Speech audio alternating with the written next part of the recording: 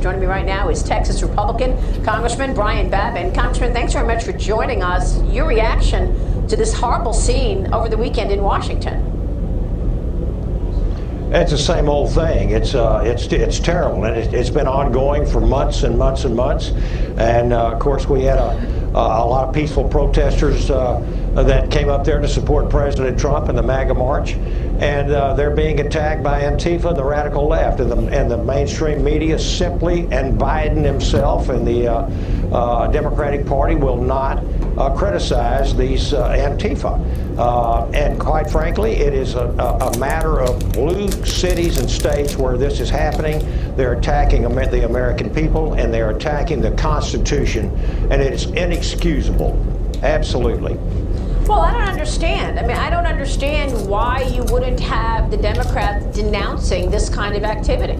Your colleague in the House, Congressman Lee Zeldin, blasting the left-wing mainstream media for also ignoring what's going on. Do you agree with that? I do agree with that. I think the Democrats want chaos and anarchy. This is how they, especially the radical wing of the Democratic Party, this is how they thrive. And quite frankly, the American people have seen behind the curtain of the way the Democratic Party has worked. It's been taken over by the radical wing of it, and we've seen behind this curtain. We know their modus operandi, and they quite frankly use COVID as an excuse to go to court. One of your previous guests was talking about it, and they changed the election rules, and quite frankly, they have been very successful at this. But there are over 400 sworn affidavits from witnesses that have seen irregularities, anomalies, and a lot of bad stuff going on. And I think if things work out right, President Trump is still going to win this election. You still think that the president can win this and overturn the results?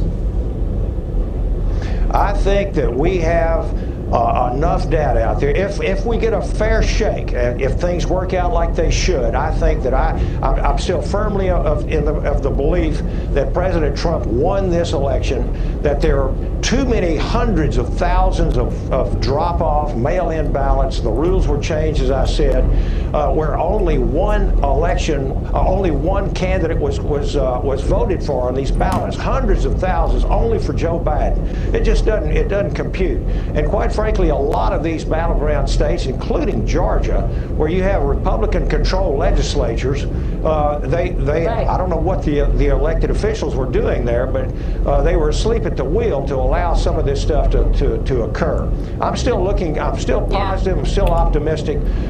We've had a great 4 years under President Trump, and we don't want to see these abandoned and turned around by the Democrats in chaos and anarchy, abolishing our police departments and the oil and gas industry. It'd be a killer for Texas. Congressman, it's the reason we are focused on this as well. We heard from Rudy Giuliani. Brian Babin, thank you, sir. We will see you soon.